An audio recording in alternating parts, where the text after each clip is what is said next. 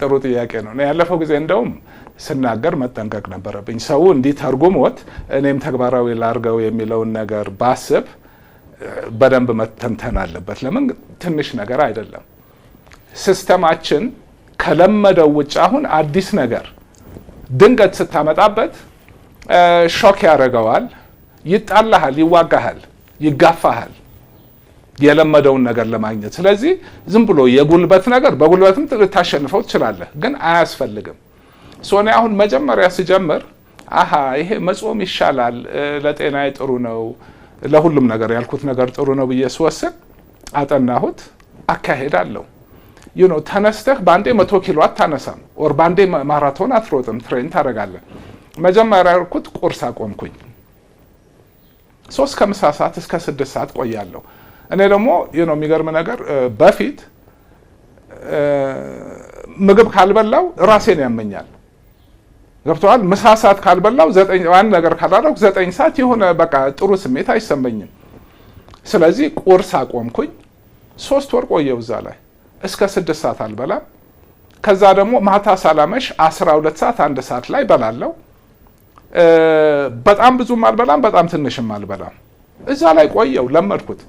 ትንሽ ቆይቶ ጧት እንዴ በቃ ምንም ኦኬ። ሌላው 2 አይነት አጿጿም አለ። ውሃ ወር ፈሳሽ እየጠጣህና ሳትጠጣ መጣበታለሁ። ግን መጀመሪያ ጧት ስነሳ እኔ ውሃ ጠጣለሁ። ካልሆነ ደግሞ ግማሽ ሊትር የሚይዝ ብርጭቆ አለኝ ግሪን ቲ።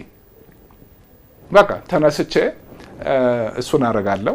እንደውም እሺ ቆይ አብሮ ብዙ ጊዜ 11 እና 12 ሰዓት መሀል ነው የምነሳው። ሌሊት ማለት ነው? ጧት። ሌሊትማ ተኝቻለሁ። ጧት ያው ሌሊት ነው የሚባለው አይደል? ጧት 11 ሰዓት ነው የሚባለው። ያ ሰዓት ደስ ይለኛል። እነሳና ፖርች አለ፣ መስኮቱን ከፍታለሁ። ራሱ አየሩ ንጹህ ነው፣ ጸጥ ያለ ነው። አገር ሁሉ ተኝቷል። የሆነ ደስ የሚል መንፈስ አለው ያ ሰዓት። አይምሮህ አርፎ ገና መነሳቱ ነው። ግርግር የለውም፣ ንጹህ ነው። ጥርት ያለ ነገር ነው የምታስበው። ሀሳብህ ስብስብ ይላል የምትፈልገው ነገር ላይ። ብዙ ጊዜ የምጽፈው ጧት እነሳለሁ። በዛ ሰዓት መሀል ስነቃ አላርም አላረግም፣ ሻይን ጠጣለሁ። ቡና ወዳለሁ፣ ሱካር አላረግም። ሁለቱ ውስጥ እኔ ሱካር ሻይ ውስጥ በቃ ሱካር ማድረግ ወንጀል ነው የሚመስለኝ። ግሪን ቲን ጠጣለሁ፣ ቀስ ብዬ ደግሞ ቡናዬን ጠጣለሁ፣ ውሃ ጠጣለሁ። ስለዚህ ጾም ስል ሱካር ወይም ካሎሪ አይኑረው እንጂ ሻይ በበርሜልም ሊጠጣ ይችላል ሱካር ከሌለው። አንዳንድ ሰው ሆዴን ይላል፣ ቡና ምን ችግር የለኝም።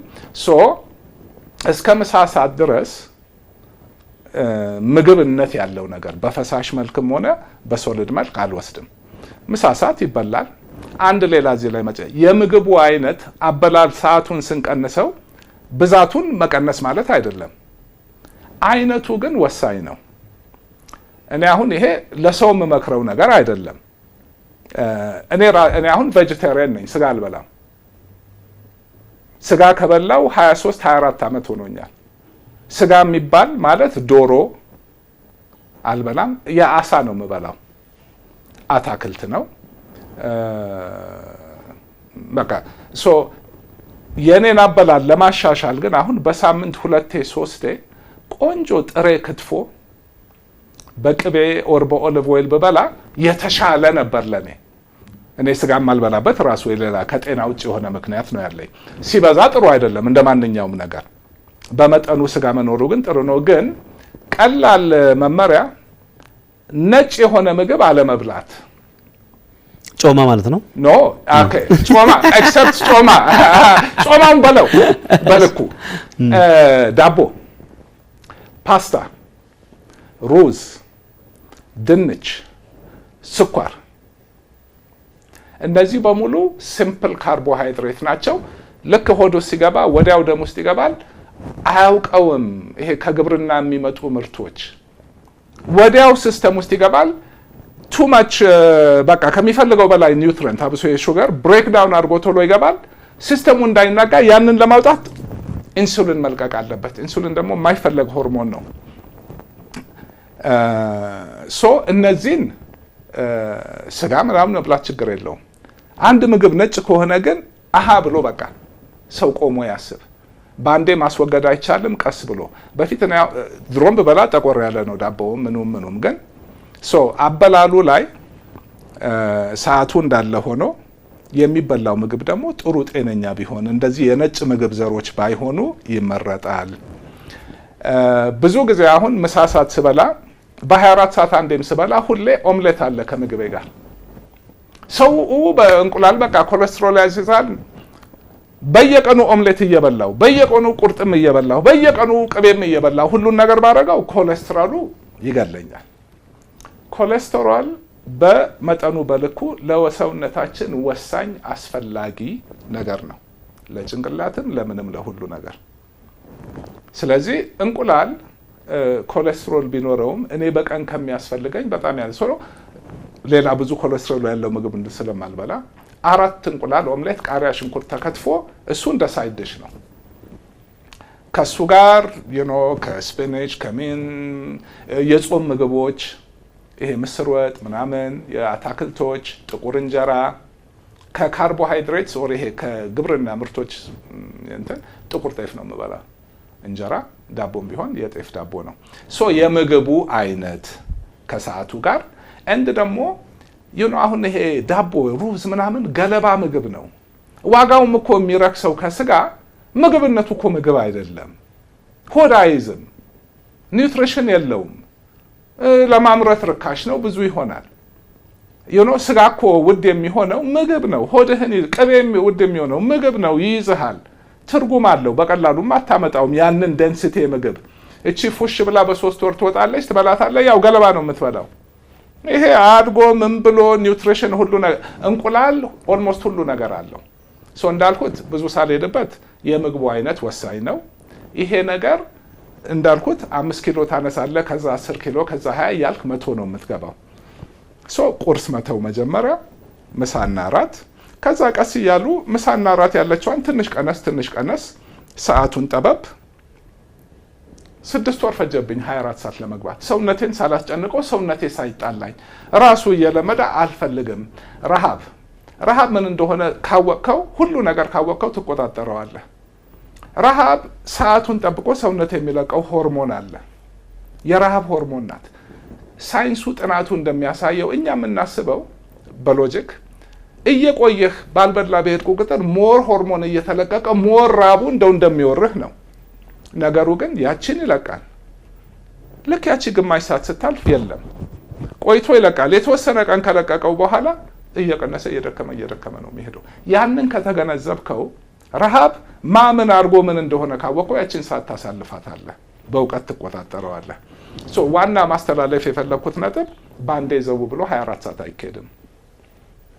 ተለማመዱት። ሁለተኛ ለፈለገ ሰው ለምሳሌ አሁን በሳምንት 1 ቀን ኦር 2 ቀን ዝም ብዬ ጾማለሁ ካልክ ሌላውን ጊዜ እንደ ልብህም ብትበላ ምንም ችግር የለውም። ገብተዋል። በግድ እንደዚህ በ24 ሰዓት ሳይሆን እንደፈለክ በልተህ በሳምንት 1-2 ቀን ጥሩ ጾም። አንድ መጨረሻ ነጥብ ጾም ላይ ውሃ እየጠጡና ውሃ ሳይጠጡ መጾም፣ ደረቅ ጾም። ባጭሩ መጀመሪያ ላይ መደረግ የለበትም፣ ግን 24 ሰዓት ደረቅ ጾም ማለት ውሃም ምግብም የሌለበት ጾም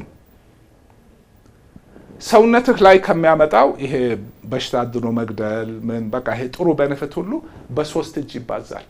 3 ቀን እኔ ቅድም እንዳልኩት ሻይ ቡና ውሃ እየጠጡ መጾምና 24 ሰዓት ደረቅ ጾም እኩል ነው ጥቅሙ። ግን እንዳልኩት ተለማምደህ ሄደህበት የምታደርገው ነው። ስንት ዓመት የመኖር እቅድ አለህ የሚል ነው ደግሞ ጥያቄው። ይሄ ረጅም ጥያቄ ነው። ግን አንድ ነገር ልንገርህ ባጭሩ፣ እንደው የሰው ልጅ በ3 ምክንያት ነው የሚሞተው። አንደኛ በሽታ ይገልሃል። ሁለተኛ በሽታ ባይገልህም የሆነ ልብህ የሆነ እድሜ ያለው ይቆማል፣ የሆነ ነገር ዌር አውት ያደርጋል። ሶስተኛ አደጋ አክሲደንት። አደጋውን መቼስ ያው አትቆጣጠረው። ከዚህ ሲወጣ ነገር ሊገጥመኝ ይችላል፣ ግን የቻልከውን ትጠነቀቃለህ። እኔ አሁን የሳይንሱ ሂደት በጣም ከበዛ 10 ዓመት ጊዜ ውስጥ አንተ የሰለጠነው ዓለም የሕክምና ሳይንስ የማግኘት አቅሙም እድሉም ካለህ አሁን ሰው ልጅ ከሚያውቃቸው በሽታዎች ውስጥ መድኃኒት የማይኖረው አንድም አይኖርም። 10 ዓመት እንደምንም ራሴን ጠጋግኜ መቆየት ከቻልኩኝ በጥሩ ሁናቴ ራሴን ከጠበቅኩ በአመት አንዴ ቢያንስ ቢቻል 2 ሙሉ ምርመራ ምንም ነገር ቢኖርም ቀድም የሚይዝበትን ነገር ካረኩኝ ሕክምናውን ማድረግ ከቻልኩኝ በሆነ በሽታ የመሞት እድሌ ጠፋ ባይባል በጣም ይመነምናል። በሱ ምክንያት አልሞትም ብዬ አቅጄ ይዣለሁ ከአደጋው ውጪ እና ከዛ ደግሞ እንግዲህ የሆነ ፓርት አሁን ለምሳሌ አቨሬጅ የሰው ልጅ ልብ 120 ዓመት ሜቢ 130 ዓመት በላይ አይሄድም ምንም ብታረግ። ግን አሁን ያለው ሳይንስ ደግሞ ያው በቃ አንድ ስቴም ሴል እንደው ድሮ ምናምን የልጅ አሁን ከቆዳህ ላይ ወስዶ እሷን አሳድጓት ልክ እንደው አሻሽሎ አዲስ ልብ ይሰጣል። አዲስ ልበር አይን ምናምን ጸጉር ከፈለኩ ጸጉር ሁሉ ላበቅል እችላለሁ። እሺ አለ እንደዛ እየመጣ ነው። አሁንም you know ሳይንሱ በጣም ሄዷል። ሴሉለር ሌቭል ዋተቨር ነገር እየታየ ነውና ገና ነኝ ዌር አውት የሚያደርግ ፓርቱ ጋር አልደረስኩም። ስለዚህ እሺ ምሳሌ ልስጥህ። መኪና የዛሬ 50 ዓመት መኪና በየጊዜው ጎማውን እየቀየርክ ሞተሩን እየቀየርክ በሂደት ከላይ ሽፋኑንም እየቀየርክ ያ መኪና ግን አለ። ከ50 ዓመት በኋላ እኮ ሲጀመር የነበረው አንዱን ፓርት ላይ ኖር ይችላል። ያ መኪና አለ። እኔ ሁለቱን በበሽታ የመሞትና አንድ ነገር በቃ አጥንትም ቢሆን አዲስ ታደርጋለህ ወር ከአጥንት የተሻለም ነገሮች እየመጡ ነው። የሚያነሳው ጥያቄ እንደ ያኔማ ሰው ነህ ወይ? ይሄ ባዮሎጂካል የሆነ ሰውነትህ አለ የለም ይኖራል። ያ ከሆነ ኦኬ ማን ግን ዞሮ ፖይንት እንዳልኩ ይሄ ሌላ ረጅም ቶፒክ ነው። ሳይንሱ በጣም ፈጥኖ እየሄደ እንዳልኩህ 100 ተለምዷል አሁን ብዙ ሀገሮች ላይ። የዛሬ 100 ዓመት እንኳን 40 ከገባህ አርጅተሃል። እየሄደ ነው ደግሞ እየረዘመ እየመጣ ነውና እኔ አሁን 120 ነው 130 ነው 140 ነው አልልም። ስንት ነው አላውቀውም። ግምት የለህም? ነገርኩ እንትኑ መስመሩ ቢያንስ 200 ምናምን ነው ይፈራሉ ብለህ ካልሆነ በስተቀር 200 የምታስብ ይመስለኛል ዝም ብዬ ሳስበህ። well actually ሎጂኩን ከተከተልከው እኮ ከዛም ልታወር ትችላለህ። የቱ ጋር ነው የሚቆመው? በጣም ኢንትረስቲንግ ቶፒክ ነው እና እውነቴን ነው። እንደውም አንዱ ትልቁ ከራሴ ጋር ያስኩት ጨዋታ የግል ፕሮጀክት actually ከሁሉም ፕሮጀክት ቅድሚያ ሰጥቼው ይሄ ምጾመው ምን የምለው ምን እስቲ ሌው ደስ የሚል አድቨንቸር ነው። በጣም ብዙ ሰው ደስተኛ ነው። በጣም ብዙ ሰው ገርሞታል። እኔ ስለሄድኩበት ምንም አይመስለኝም። ብዙ ሰው ግን እንደው በቃ የሆነ ሲኦል ውስጥ ገብቼ የወጣው ነገር ነው የሚመስለው። እንዳልኩ ያመለካከት ጉዳይ ነው። ውጭ ለሚያየው ሰው ሊመስል ይችላል። ግን ያለፈውም ጊዜ እንዳልኩ ለኔ ሁሉንም አጣጥሜ ነው ያለፍኩት። ሁሉ ያለፈው ጊዜ ያልኩ ነገር ህይወት የምትሰጥህን ነገር በሙሉ በፍቅር መቀበል ዝም ብሎ እንደው ታግሶ ማሳለፍ ሳይሆን እንዳልኩ ሁሉንም በቃ ለኔ እኔ የኖርኩትን ህይወት መኖር ትልቅ እድል ነው። 3 መንግስት አይቻለሁ፣ 3 ዘመን አይቻለሁ። የጃንሆይን ጊዜ የአሁኑ ወጣት የጃንሆይ ጊዜ ድሮ በቃ እንደ ምኒልክ ጊዜ ታሪክ ነው የሚያው አይደለም። እኔ ኮሌጅ ነበርኩ በጃንሆይ ጊዜ ያንን ለውጥ አይቻለሁ። ያ ሁሉ አልፏል። እዚህ መጥቼ ደግሞ አሁን ሰው ሁሉ እንደ ፈተና እንደ መከራ የሚያየው ኦኬ በዚህ ውስጥ ባላልፍ ኖሮ የኔ ህይወት ምን ይመስል ነበር? ኦኬ ስራ ሰራለው ሜቢ የበለጠ ብር ሊኖረኝ ይችላል። ተመችቶኝ በቃ ቀን እየቀጠርኩ ኖርኩ ማለት ነው ለኔ ደግሞ ያ እንዳልኩህ እንኳን ይሄ አሜሪካን ሀገር ራሱ ያግርግሩም ከጊዜ በኋላ ጣዕም አጣ፣ ትርጉም አጣ። አዲስ ነገር አይደለም። በየጊዜው አዲስ ኤክስፒሪየንስ ኖሮ አዲስ ነገር አይቶ ጥሩንም መጥፎንም ተቀብሎ ማለፍ። አሁን ለምሳሌ ጨው አለ፣ ሱካር አለ፣ ወጥ አለ፣ አልጫ አለ፣ ሰላጣ አለ፣ ስጋ አለ፣ ድብና አድርጎ የሚያቃጥል ቃሪያ አለ። እኛ አለመድናቸውም። አሁን የውጭ ሀገር ምግቦች አሉ፣ ለእኛ ሬት ይላሉ፣ ሽታው አያስጠጋህም። የዛ ሀገር ሰው ግን በቃ ለዛ ነገር በቃ አንዳንዴ ለመናገር ሁሉ የሚዘገንን ነገር ይበላል። ለእኔ ትልቁ ሙያ ወተበር ብቃቱ የህይወት ነገር ሁሉ እንደዛ ነው የማየው። ሲመጣ እስቲ ይሄኛው ጣም ኤክስፒሪየንስ ነው። ሁሉ ነገር ይመጣል፣ ያልፋል። ሊያጠፋህ የመጣ እሳት የመሰለ ነገር ሁሉ ሲያልፍ እንደውም ሳይሞቅ ሁሉ ነው የሚያልፈው። ፍርሃት ነው እኛን የሚገድለን። የመጨረሻ ደግሞ በቃ ዓለምን ገዛው፣ ተቆጣጠርኩ፣ ደስ አለኝ፣ ፈነጠስኩ። ያም ደግሞ ልክ እንደዚሁ ያልፋል፣ በቦታው የሚቆይ የለም። ይሄን ስትገነዘብ ሁሉም ነገር ኤክስፒሪየንስ ነው፣ ይመጣል፣ ይሄዳል። የሚገለኝ ነገር የለም። ሲገለኝ ይገለኛል፣ ያስከሚሆን ግን እኔ የሚገለኝ ነገር የለም ብዬ ነው የማስበውና ሁሉ ነገር ይመጣል እንዳመጣጡ። እስቲ አዲስ ምግብ ልልመድ፣ አዲስ ጣዕም ልልመድ። ማዕከላዊ ነገርኩ። ማዕከላዊ ያሳለፍኩትን ጊዜ በምንም ነገር አልቀይረውም። በቃ መሮጥ፣ መጫወት፣ መፈንጨት፣ አዲስ ነገር። ክፋት የሚባል ነገር እንደው ካደኩ ነው የማውቀው። ነው ክፋት እዚህ ዓለም ላይ እንዳለም አላውቅም ነበር። ካለማወቅም ይሁን ምን ይሁን ምንም ነገር ደፍሬ ነው የምገባው። አያለው ይሆናል ብዬ አስባለሁ። ግን ባይሆንና አሁን ነገርኩ፣ እዚህ ሀገር ስመጣ ልታሰር እንደምችል አውቃለሁ። 100 ሰው ብታሰልፍ 99ኙ እኔ የነበርኩበት ቦታ ንጹህ ቢሆንም ወስኖ አይመጣም።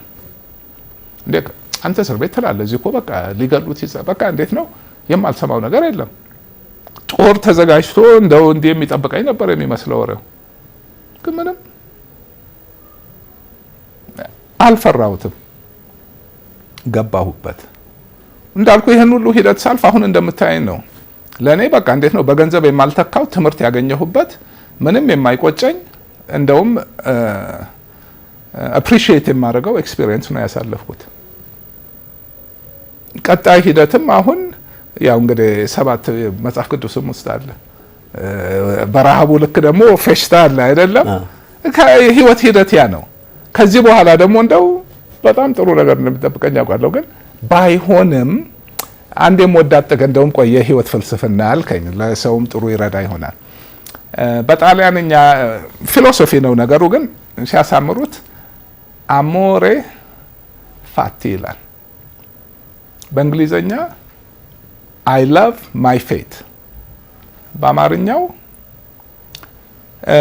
ደስትኒ ወይም ደግሞ ህይወት የሚሰጠኝን ማንኛውንም ነገር በፍቅር እቀበለዋለሁ ነው።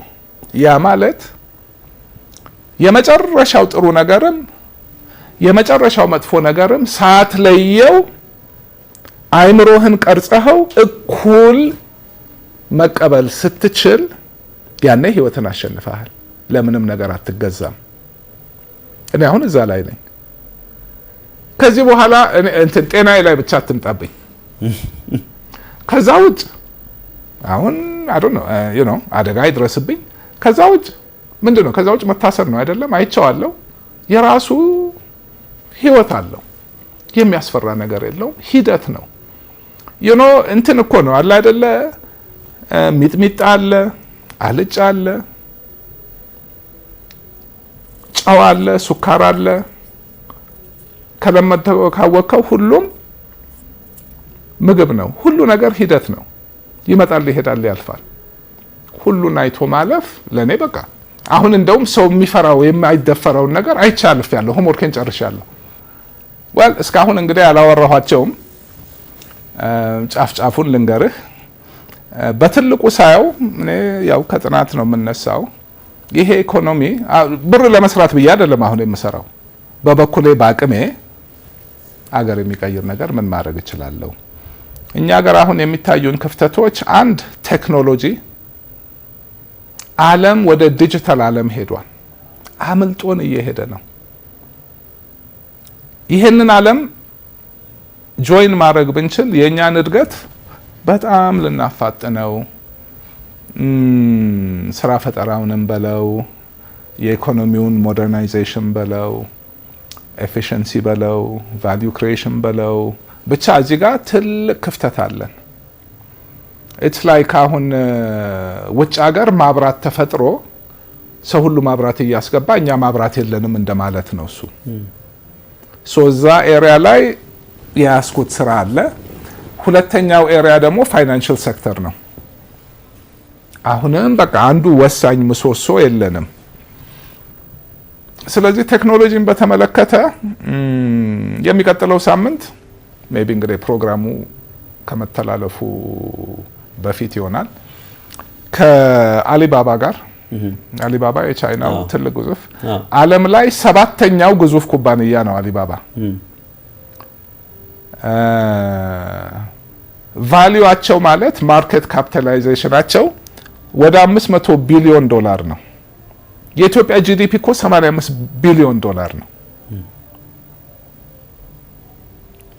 ዓለም ላይ 7ኛው ትልቅ ኩባንያ ነው። ቴክኖሎጂ ላይ አሁን የምልህ ዲጂታል ትራንስፎርሜሽን ዓለምን እየመሩ ነው። ከነሱ ጋር ከ2 ሳምንት በፊት ውል ተፈራርም ያለው ደሆል የነሱ ፐብሊክ ክላውድ ፕላትፎርም የሚሉት አለ። አሁን ያለውን ሌተስት ሶፍትዌር አርቲፊሻል ኢንቴሊጀንስ ሃርድዌር መጠቀም ብትፈልግ አሁን እያንዳንዱ ባንክ ወር እያንዳንዱ የመንግስት መስሪያ ቤት ወር እያንዳንዱ ትልቅ ድርጅት የራሱን መግዛት ቢፈልግ $1 ሚሊዮን $2 ሚሊዮን እሱንም ከፍሎ በቃ ከአሜሪካን ሀገር ከአማዞን ወር ማይክሮሶፍት ወር ሳምዋን $100,000 እየከፈለ በውጭ ምንዛሬ ሊጠቀም ይችላል። ግን አንጠቀምም። ለምን? በቃ በትልቅ ብር ነው። ከነሱ ጋር የተፈራረምነው እንዳለ የነሱን ክላውድ ፕላትፎርም ኢትዮጵያ ላይ መጥቶ ኢንስቶል ለማድረግ ከዛ በኋላ ለመንግስትም ለግልም ሴክተር ያንን ፕሮቫይድ እናደርጋለን። በሚፈልጉት ልክ ኢንቨስትመንት ሳይኖር እንደ ክራይ እናከራያቸዋለን። ይሄን ሁሉ ዋናውን ኢንቨስትመንት እዚህ ጋር ተደርጎ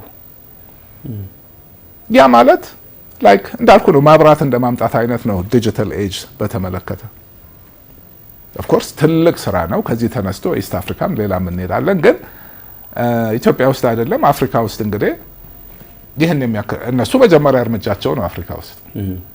ኢትዮጵያ ውስጥ ይህን የሚያክል ኩባንያ አልገባም እስከዛሬ። ግን በቃ አንድ ትልቅ የኢኮኖሚውን ምሰሶ ቴክኖሎጂን በተመለከተ አንድ ምሰሶ ይተክላል በዓለም አቀፍ ደረጃ። ይሄ ማለት ይሄ ወጣቱ በሙሉ ከቴክኖሎጂው ጋር ተያይዞ ከዛ ጋር ተያይዞ ኦፍ ኮርስ ኢንኩቤተር ማለማመጃ ፋንድ ምን ብዙ ነገር ይኖራል ለመኮትከት። ሌላው ስራ እንዲሰራ ፕላትፎርም መክፈት ነው። ትላልቅ ድርጅቶች መንግስት በተመለከተ ደግሞ እንዳለ ካፒታል ኢንቨስትመንቱ ሳይኖር በክራይ ብቻ ሁሉ ነገር ዲጂታል ማድረግ እንችላለን። ቅልጥፍና እናመጣለን። ብዙ ሰርቪሶ አሁን አብሶ ይሄ መንግስት የሚፈልገው ነገር ነው የገባው ነው። ገና አሁን ከነሱ ጋር ውል ተስማምተናል። ስራውን ለመስራት ምንም የተለየ ፍቃድ አያስፈልገኝም። ኦልሬዲ የተፈቀደ ህጋዊ ስራ ነው የምሰራው። ፋይናንሲንጉን አመቻችቼ ጨርሻለሁ። ወደ ስራ እንገባለን። መንግስት ደንበኛ እንዲሆን ነው የምንፈልገው። ማገዝ ሳይሆን እንደውም ደንበኛ ተጠቃሚ እንዲሆን። አዎ ሌላውም ይሄ አሁን እስካሁን ከሰራኋቸው ትርጉም ያለው ትልቅ ስራ ነው። እንዳልኩ ደግሞ ዝም ብሎ ወሬ አይደለም። በቃ አሊባባን ይዤ መጥቻለሁ። አንድ ይሄ ነገር መፈጠሩ ከዚህ ስር እስካሁን ድረስ ሊሰሩ የማይችሉ ቴክኖሎጂ ኢንፍራስትራክቸሩ ያልነበረን አብሶ ፋይናንሽል ሴክተር ላይ ከባንክና ከኢንሹራንስ ጋር ተያይዞ ውጭ ሀገር ይሄ ዲስራፕቲቭ ቴክኖሎጂ የሚሉት አለ። የለንበረውን የተለመደውን አሰራር በቃ ግልብጥ የሚያደርግ ጨዋታውን የሚቀይር ኬፓቢሊቲዎች ይመጣሉ። ስለዚህ መልሼ ባንክና ኢንሹራንስ ላይ የምሰራቸው ስራዎች ይኖራሉ፣ ትርጉም ያላቸው ሌላውንም መልሶ የሚያነቃቃ በጣም ትልቅ ሌላም አሉ። ግን ዋና በቃ ምሰሶ ብዬ የማስባቸው ቴክኖሎጂና ፋይናንስ ላይ ትልቅ ክፍተት አለ። እዛ ላይ ነው እየሰራው ያለሁት። ትናንሽ ነገሮች እዚህ ይዛሉ። እንግዲህ እነሱን ለማየት እኔም እናፍቃለሁ።